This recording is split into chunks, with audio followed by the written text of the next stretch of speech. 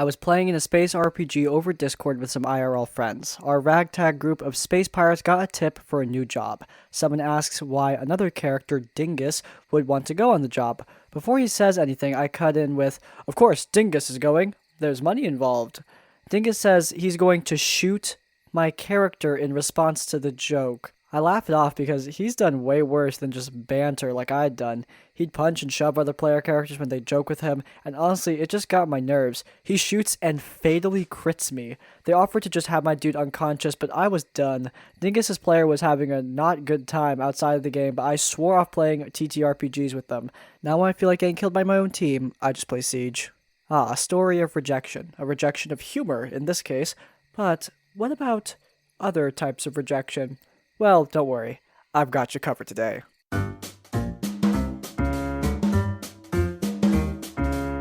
First, I'd like to tell you the story because I think it shows just how much some people get too into D&D and how they treat newbies. Second, what happened to me is not a typical occurrence, and you shouldn't be discouraged from playing D&D that I know of. This was 4 years ago, but I still remember it like it was just yesterday. I made friends with a coworker who was a DM and was looking to join a group for a D&D campaign. The DM tried to invite me out on a date, but I turned him down and said I only want to be friends. I just didn't feel that way about him, and I only wanted to learn how to play Dungeons & Dragons. So for a while, I was invited to his campaign that he and his group had started. I did my best to learn how to get set up and play, but it didn't help that I was just given books to borrow with very little verbal explanation as to what to do. My chosen character was a moon elf druid werewolf. I wanted something werewolf-esque because that's what I wanted, and was told it was doable. I was expected to meet every weekend for both Saturday and Sunday. Occasionally Sundays got freed up due to other group members needing to do certain things in real life. The sessions would either be all evening or all day, depending on the DM's schedule. And if the group was feeling really into the game, we would add Friday into it as well. During this time, my grandpa's health was failing, and I was asked by my family to take care of him. They were exhausted and badly needed another family member to help take care of him. He could barely walk and needed assistance with even the most simple of things like going to the bathroom. Now, my D&D group knew what was going on. I did warn them there might be days I had to help my family. And during this time, the DM was still trying to ask me out on dates, and even went as far as giving me earlier times to meet up just to hang out with me. It got to the point where one day I had to tell him I needed the whole weekend, to take care of my grandpa, and that it looked like his health was getting worse. It was all via text. I got a reply the next day saying the DM and the group decided to kick me out of the game since I couldn't commit to a consistent schedule. My grandfather unfortunately passed away a few months later. Now, I knew why I got kicked out. It was because I rejected the DM. In all honesty, I had only missed one game session. It hurt because I really wanted to play D&D and felt like I had made friends in that group. But, one by one, those group members deleted me off their Facebook profiles after I asked them what I had done wrong to get kicked out. All of it was really just because the DM probably got frustrated, he couldn't date me, and I wouldn't be surprised if he lied about the reasons I was no longer attending their games. It made me feel mad that I trusted the wrong people to be friends with, and it also made me feel mad that my dying grandfather wasn't a viable reason for me to miss sessions in their eyes. The lack of understanding was hurtful too. To this day, I haven't been able to get back into D&D. I'm only scared I'll get kicked out for some made-up reason. I know a few people who run D&D campaigns, and they have even told me they don't run their groups like that. I've been invited to one, but I turned it down saying my schedule is too busy for a campaign. I hope one day I'll have the confidence to pick D&D back up. This one really hurts, and I get it. Getting flaked on, it sucks. But you need to understand that D&D is a game, and there are many times where stuff happens, and a player needs to take a couple sessions off. Real life takes precedent, especially when it's a situation like the one the OP is describing. This DM and perhaps group were probably too selfish in multiple ways. The DM was so selfish that he couldn't handle a rejection, which, trust me guys, is not the last time you're gonna see that. Not even in this one very video. When Corona hit, I was fairly new to D&D. I played in some campaigns, but none of them lasted too long. I once again decided to find myself a party. I made a post saying I was looking for a group and got a PM from a DM. DM was not very experienced as well, but he was enthusiastic and creative. I liked that. I rolled up a character for his homebrew world and we began. We only had a few sessions in real life before everything went on lockdown, and eventually moved on to Roll20. 2 players were lost due to personal reasons, so DM decided to find an addition. That's when Emily came around. She had even less experience than me, having never played before, but did her best and learned quickly. The party soon had a nice, friendly dynamic between every member. The characters fit great together, and so our adventure began. We bonded both in and out of game, and an IRL year passed in a blink. We all looked forward to what awaited us next. Especially Emily. See, she was passionate about this game. She adored it and was very vocal as such, much to the DM's happiness. She never missed a single session, not even when she was sick, which honestly was quite surprising to me. God knows I would not be playing D&D when I could barely get out of bed. Now this enthusiasm may be where the problems began. Emily also romanced an NPC, though it was nothing serious, just some light in-character flirting, but that confused the DM a bit. From what she told me, somewhere around early spring, he confessed his feelings to her, and was turned down, as Emily, unlike her character, was in no way interested in men. That did not stop him though. At first he tried to woo her in-game with buffs, giving her artifacts, writing her character's backstory to be the most relevant to the plotline, and generally pushing her into the spotlight. Which she liked at the time until we complained about it to both her and the DM, which probably made her question his motives. She apologized to us for those sessions. They talked again after that, him once again saying that he liked her and how she inspired him, and her rejecting him again, and oh boy, that set him off. All the fights became deadly, all the checks super difficult. Everywhere we went, we had to fight for our lives, nearly losing our characters, and while I do love a good challenge, doing it every week became just tiring and annoying. It dragged on for about a month until Emily just finally had enough. The last straw was being ambushed in our sleep by a coven of homebrewed hags who we had no chance against. None of our attacks did any damage.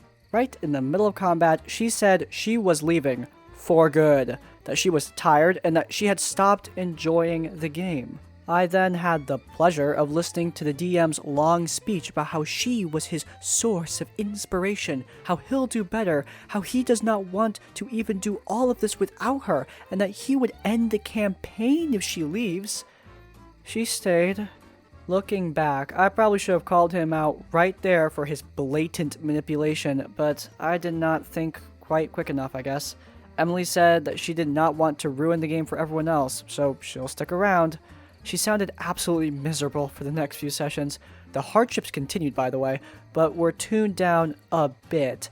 Now they were at least tolerable to most of us. We cleared a dungeon, took a new quest, did some roleplay, normal stuff.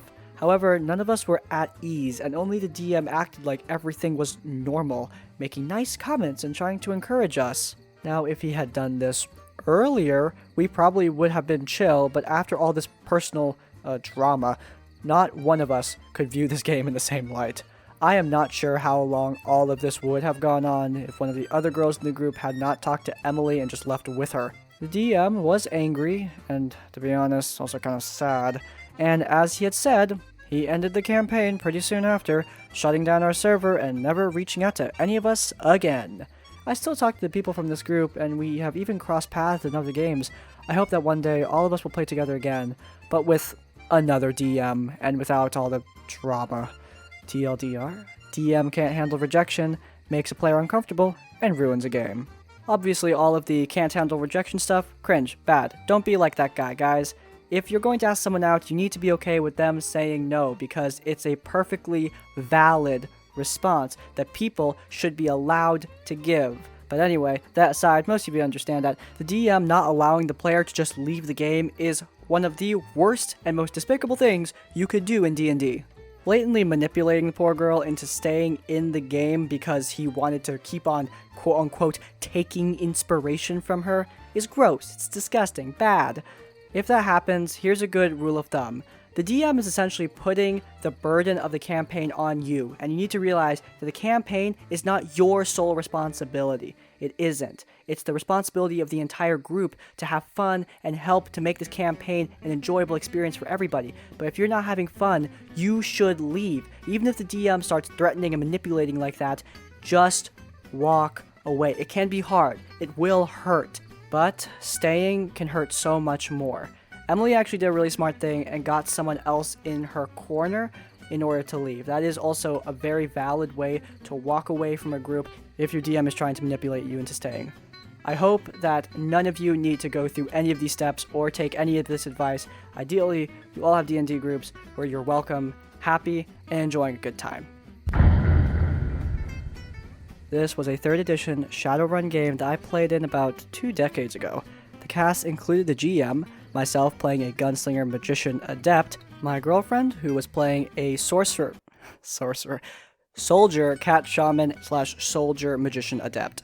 And finally, my girlfriend's friend who we will call Martha. There were a few other players and characters involved, but they are unimportant to the story. We had been playing a while, and the game was pretty fun. There were moments where the GM either opposed us or helped us depending on the job, with a DMPC that was the GM's old character. My girlfriend talked to Martha about the game, and Martha seemed interested, so my girlfriend asked the GM if Martha could join, and the GM said yes. Martha showed up for the session, and the GM's eyes are immediately drawn to her. Can't take his eyes off her. She introduces herself, and the GM proceeds to ignore everyone else for the rest of the session, which amounted to the GM helping Martha to make a character. Martha apparently wanted to play a Scottish noble. GM asks if the character is delusional and just thinks she's Scottish nobility. Martha insists that the character is Scottish nobility, so the GM decides to run with it, and the nobility would haunt the party later. Martha doesn't want cybernetics, so the GM suggests magic instead, and Martha was okay with it. But the GM took it further. He made Martha's character a physical adept, focused on swordsmanship and archery, and then he gave her full magician status and a starting magic attribute of 8. The GM gave her multiple spells like Influenced, Improved Invisibility, Physical Mask, etc. The GM also gave her most of the social skills at rating 6 along with archery and edged weapons. Basically, the GM made her overpowered compared to the rest of us, and the GM even gave her a horse. Whenever we all went to take a job, it would be Martha's character who would have to take point in all social encounters, but she screwed them up. She expected all NPCs to treat her like a noble, and none of them would. But she suffered no negative consequences for this behavior. Those fell on the rest of the party, of course, and the noble required the team to go out to her Catholic Mass every Sunday, and if the party refused, the GM allowed her to roll social skills against other player characters rather than just RPing it, or she used influence or other mind-influencing spells to force the other player characters to go to this religious mass. The only characters who were able to resist the mind control were all the other spellcasters. It didn't matter where we were.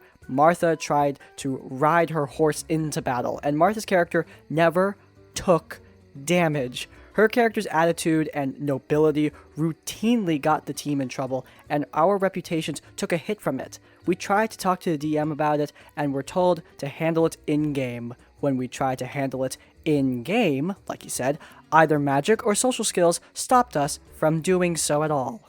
Things came to a head after a session where the GM gave Martha's character all of the rewards and spotlight. The GM expressed that he had feelings for Martha.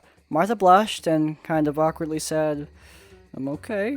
The GM said that they could talk more after the next session, to which Martha gets up and leaves. A week later, Martha shows up with a guy she introduces as her boyfriend. I see a momentary look of anger on GM's face, but he hides it quickly and helps the boyfriend make a character, a voodoo practitioner. Nothing much else happens during the session, a minor combat, some character interaction, but nothing important or plot related. The GM calls the session and the boyfriend takes Martha home. My girlfriend and I leave. My girlfriend and I talk to Martha, who says that the GM is making her very uncomfortable and she won't be going back. We pass this info on to the GM, who just goes cold. He explains that he's writing the voodoo character and Martha's character out of the game. We ask how. The GM says the voodoo character was actually there to kidnap Martha's character and sell her into... Ugh. Gross. We were horrified, but the GM kind of just hand-waved away our shock. The game died shortly after that, but only partly because of what the GM did to Martha's character. The GM changed. The game became substantially harder and less fun. GM starts blatantly and arbitrarily killing player characters off, permanently reducing the magic attributes of awakened characters for no reason at all, requiring all guy characters to be straight, requiring all women characters to be bi, and if your women character was either straight or lesbian, an NPC came along, seduced the character, and converted them into being bi. We tried to tell the GM that it doesn't work that way, but he didn't care. Plus, after antagonizing us more than helping us, the GM's old character joined the party and inserted himself as the party leader. Characters that didn't follow his orders were kicked from the party and had their reps tarnished. After that, my girlfriend and I distanced ourselves from the GM for a while. A while? I'm going into quarantine. I'm putting up a barrier. I'm not talking to this guy ever again. I know we already talked a bit about real life stuff, but we'll just go again. Guys, stop normalizing transactional relationships. You don't put coins into a person and then eventually romance falls out. That's not how it works. Of course, I'm pretty sure you beautiful tavern goers already know that. DMPCs obviously can be really, really bad. There was one in the story, but the main problem was that transactional thing being applied in the game. Look, I understand that sometimes there's a player who's a favorite. Now, in this case, it was to an extreme degree and obviously horrible, but there are times where you might show favoritism in a way that you don't see. Like, maybe you favorite a player who just roleplays more than the others, and that is not okay. I mean, it is a really easy trap to fall into. I've done it unintentionally sometimes, but it's something that I had to quickly correct, because favoriting a player can really discourage the other players from having fun at the table, especially if it's as blatant as in this story. A few months back, my boyfriend started DMing a campaign for a few friends of ours. Our group was essentially myself playing a Dameron Life Cleric, a friend playing a half-orc warlock, a half-orc monk, a halfling assassination rogue, and a Genasi paladin. We started the Dragon Queen's story, then dropped it because our DM found Curse of Strahd to be more compelling. Good choice. Because of COVID, we had to start playing online. Then the problems began. Our monk became a bit dizzy when translating his sheet into an online platform, and said he was overwhelmed, so he dropped out of the game entirely. Funnily enough, months later, he complained that this was the longest campaign he could have been on, and was upset that he left, so whatever. Then our rogue decided to include, without asking the rest of the players or the GM, 2 of his friends into the game. We'll call them Drow Ranger and ASMR Bloodhunter. The problem player in this case is the ASMR. We had known each other for a couple of years, never really interacting outside of normal social situations with other people around. Apparently, he had liked me all along, which I had no way of knowing since he and I had never spoken by ourselves. Weeks pass by, we play a lot together, and we start talking via Telegram and the like. Telegram? It's a messenger. I just looked it up. I thought they meant literal telegrams. Anyway, my character has been lonely all her life, so I start implying, half jokingly, that I should pair her up with some NPC. After this, he became moody and started suggesting we pair our player characters together instead, so I proposed him an idea. Asked if that would make him uncomfortable, etc. He agreed to do a romance, and because our player characters had a lot in common, we needed urgent care and affection anyway. Long story short, fast forward a few weeks, and he confesses his dying love for me.